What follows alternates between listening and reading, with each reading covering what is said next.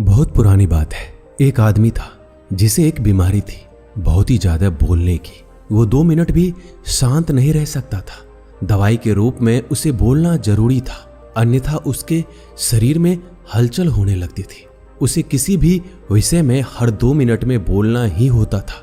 वो आदमी भी इससे बहुत परेशान था और सोचता था कैसे इससे छुटकारा पाऊं। वो गुरु की तलाश में बाहर निकला। उसे एक पेड़ के नीचे एक गुरु साधना में लीन दिखाई दिए। उसने सोचा यही शायद मेरी मदद कर सकते हैं। वो साधना पूरी होने का इंतजार करने लगा। जैसे गुरुजी साधना से बाहर आए, वो आदमी उनके चरणों में गिर गया और बोला, गुरुजी, मैं आपका शिष्य बनना चाहता हूं। गुरुजी ने भी उसको अपना शिष्य बना लिया। बाद में गुरुजी को इस बात का पता चला कि उस आदमी को बहुत ही ज्यादा बोलने की आदत है। वो आदमी 2 मिनट भी चुप बैठ नहीं सकता।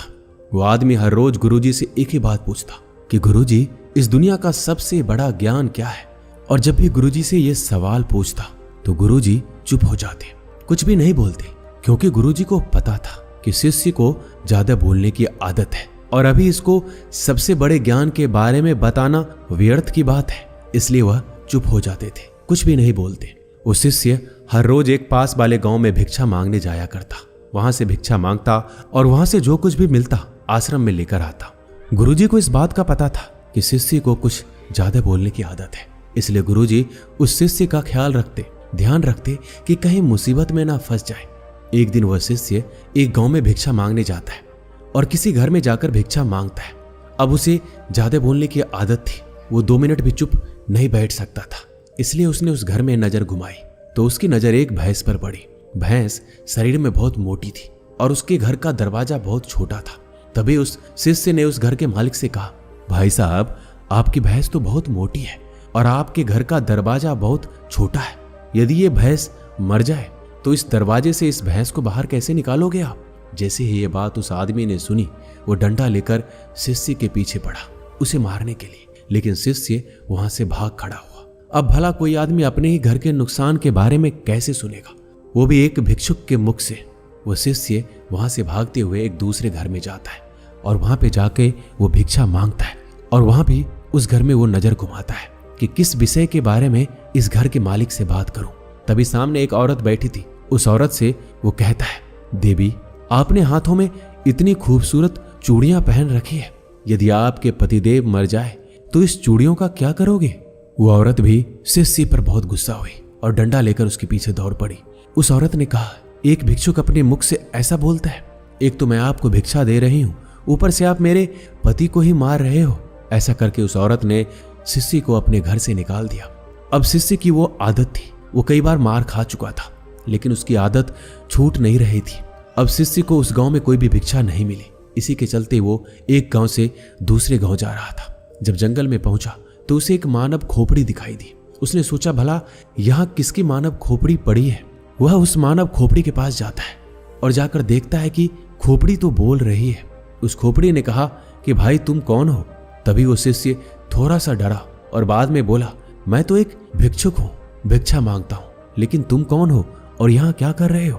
तभी उस खोपड़ी ने कहा, मैं एक शिकारी हूँ और ज्यादा बोलने के कारण मैं यहाँ पहुंच गया। तभी शिष्य ने सोचा कि भला खोपड़ी कैसे बोल सकती है? ये तो सिर्फ एक हड्डियों का ढांचा है, ये कैसे बोल सकता है? और ये बात यदि मैं राजा को बताऊंगा तो राजा जरूर मुझे इनाम देगा। इसी के चलते वो शिष्य दौड़ता दौड़ता राजा के दरबार में पहुंचा और राजा को जाकर अपनी सारी बात बताई। राजा को पहले तो लगा इसने मदिरा पी रखा है और इनाम के चक्कर में इतनी बकबक कर रहा है। बाद में जब शिष्य अपनी बात पर अड़ा रहा तो राजा ने कहा, ठीक है, यदि तेरी बात सच निकली तो तुझे इनाम दिया जाएगा, अन्यथा तुझे फांसी लगवा देंगे। शिष्य ने कहा, महाराज, मैं भला झूठ क्यों बोलूंगा? आप मेरे साथ चलकर जंगल में देख लीजिए, आपको खुद विश्वास हो जाएगा। इसके बाद राजा ने आदेश दिया कि 4 सैनिक इसके साथ जाओ और अगर इसकी बात सच निकलती है तो इसको अपने कंधे पर बिठाकर लाना और यदि बात झूठ निकलती है तो उसको घसीटते हुए राजमहल लेकर आना।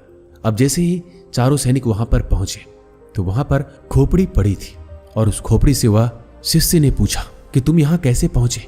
तो खोपड़ी कुछ नहीं बोली। बार बार शिष्य ने उस खोपड़ी से पूछा, लेकिन खोपड़ी कुछ नहीं बोल रही थी। बहुत देर होने के बाद सैनिकों ने उस शिष्य को पकड़ लिया और घसीटते हुए राजमहल में लेकर आए और राजा से आकर कहा कि महाराज जी, ये तो झूठ बोल रहा है। खोपड़ी तो वहां पड़ी है, लेकिन खोपड़ी भला कैसे बोल सकती है? ये तो मूर्ख आदमी है, इसको तो कुछ पता ही नहीं है। तभी राजा ने आदेश दिया कि इस आदमी को फांसी पर लटका दो। इतना सुनते ही वो आदमी थर थर कांपने लगा और अपने गुरु को याद किया। गुरुदेव, आज मुझे बचा लीजिए, नहीं तो आज मेरी मौत पक्की है। जैसे शिष्य अपने गुरु से अर्जी करता है, गुरु को आश्रम में बैठे बैठे आभास हो जाता है कि शिष्य मुसीबत में पड़ गया है और वो ज्यादा बोलने के चक्कर में ही मुसीबत में पड़ा है। गुरु भी जल्दी जल्दी अपने शिष्य के पास आता है और राजा को जैसे तैसे समझाकर उस शिष्य को वहां से छुड़ा देता है और शिष्य और गुरु दोनों ही आश्रम में वापस आ जाते हैं। तभी वो गुरु कहता है कि मैंने तुझे कितनी बार कहा है कि ज्यादा मत बोलो, ज्यादा बोलने के चक्कर में आदमी कभी कभी बुरा फंस जाता है। तभी वो शिष्य कहता है, गुरुजी, मेरी आदत पड़ गई है, अब मैं चाहकर भी इस आदत को छोड़ नहीं पा रहा हूं। मुझे पता है कि मुझे सिर्फ दुनिया का सबसे बड़ा ज्ञान मिल जाएगा तो मेरा मन अपने आप शांत हो जाएगा, मैं अपने आप चुप हो जाऊंगा। लेकिन आप हो कि मुझे सबसे बड़ा ज्ञान बता ही नहीं रहे हो। मैं आपको कितने दिनों से पूछ रहा हूं। जैसे ही उस शिष्य ने सवाल किया, गुरुजी फिर से चुप हो गए, कुछ भी नहीं बोले। अब वो शिष्य गुस्से में वहां से चला जाता है और कहता है, गुरुजी, मुझे बड़ा ज्ञान बताना ही नहीं चाहते। इसके बाद वो शिष्य एक तरफ जाकर बैठ गया। रात का अंधेरा पड़ गया था, शाम हो गई थी। प्रकृति में पाए जाने वाले हर चीज अपनी गहरी नींद में चले गए। तभी शिष्य आकाश में देखता है, सारे तारे टिमटिमा रहे हैं और रात की एक शांत आवाज सुनाई दे रही है जो अंधेरी रात में हमेशा सुनाई देती है। तभी शिष्य को धीरे धीरे एक आभास होता है, उसको एक आवाज सुनाई देती है। वो आवाज थी मौन की। उसका मन एकदम खुश हो गया, वो कुछ भी बोल नहीं पा रहा था। उस दिन उसका मन एकदम शांत हो गया, उसको एक अलग सा आभास होने लगा, उसको एक अलग सी शांति प्रतीत हुई और उसको लगा कि शायद दुनिया का सबसे बड़ा ज्ञान यही है। और गुरुजी हमेशा मुझे बताते आ रहे थे, जब भी मैं उनसे पूछता तो वह शांत हो जाते, कुछ भी नहीं बोलते, और यही दुनिया का सबसे बड़ा ज्ञान है। ज्यादा बोलने के चक्कर में कई बार मुसीबत में फंसा तो गुरुजी ने ही मुझे बचाया और गुरुजी मुझे हर बार ज्ञान दे रहे थे, लेकिन मैं ही इस ज्ञान को समझ नहीं पाया। तभी वो शिष्य बैठकर पूरी तरह मौन का आनंद लेता है, शांति का आनंद लेता है। उसके बाद वो शिष्य वहां से उठकर अपने गुरु के पास जाकर बैठ जाता है, चुपचाप बिना कुछ बोले। तभी गुरु को पता चलता है कि शिष्य को मौन मिल गया है। तभी वो गुरुजी कहते हैं कि दुनिया का सबसे बड़ा ज्ञान मौन नहीं है, लेकिन मौन ही रास्ता है। सबसे बड़े ज्ञान को पाने का सबसे पहले हमें मौन होना पड़ेगा, तभी हम सबसे बड़े ज्ञान को पा सकते हैं। उसके बाद गुरुजी कहते हैं, इस दुनिया का कोई भी शब्द मौन से बड़ा नहीं हो सकता। मौन एक तपस्या है, मौन एक साधना है। इस मौन को हर कोई धारण नहीं कर सकता, और जिसने भी धारण किया वो दुनिया का सबसे बड़े ज्ञान के चरम पर पहुंच जाएगा, सबसे बड़े सुख के चरम पर पहुंच जाएगा। उसके मन में किसी भी तरीके का सवाल नहीं रहेगा, सब सवाल खत्म हो जाएंगे, कुछ भी नहीं बचेगा, शून्य बचेगा, एक बिंदु बचेगा। बस उस बिंदु में ही जलता है असली बौद्ध का दिया। उसके बाद उस शिष्य कहता है, गुरुजी, आखिर मौन कैसे रहूं? मैं जब भी ध्यान करने बैठता हूं तो मेरा मन एक जगह लगता ही नहीं, मेरे मन में हजारों विचार आते हैं। मैं जितना मौन होने की कोशिश करता हूं इतना ही मेरे मन में ज्यादा विचार आते हैं। ऐसे में मैं क्या करूं? उसके बाद गुरुदेव ने कहा, मेरी बात को ध्यान से समझो। जब ध्यान करने बैठो तो मन को किसी तरह शांत करना है। इसे एक छोटी सी कहानी के माध्यम से समझो। एक किसान था और वो गुरु के पास जाता है, कहता है कि गुरुजी, मेरे जीवन में बहुत काम काज है, मैं काम करके थक जाता हूँ, मुझे कुछ समाधान दीजिए। उसके बाद वो गुरुजी उस किसान को एक जिन्न देता है और कहता है कि इस जिन्न को अपने घर ले जाओ, इससे जो भी बोलोगे वो सब काम ये जिन्न कर देगा। लेकिन हाँ, एक बात का ध्यान रखना, इसको खाली मत रखना। यदि इसको खाली बिठा दोगे तो ये तुम्हें खा जाएगा। किसान ने कहा, गुरुजी, खाली बैठने का तो काम ही नहीं है, मेरे पास तो इतना काम है कि यह पूरी जिंदगी व्यस्त रहेगा। इसके बाद वो किसान उस जिन्न को लेकर अपने घर चला जाता है, लेकिन वो जिन्न था हर काम को बड़ी जल्दी कर देता था।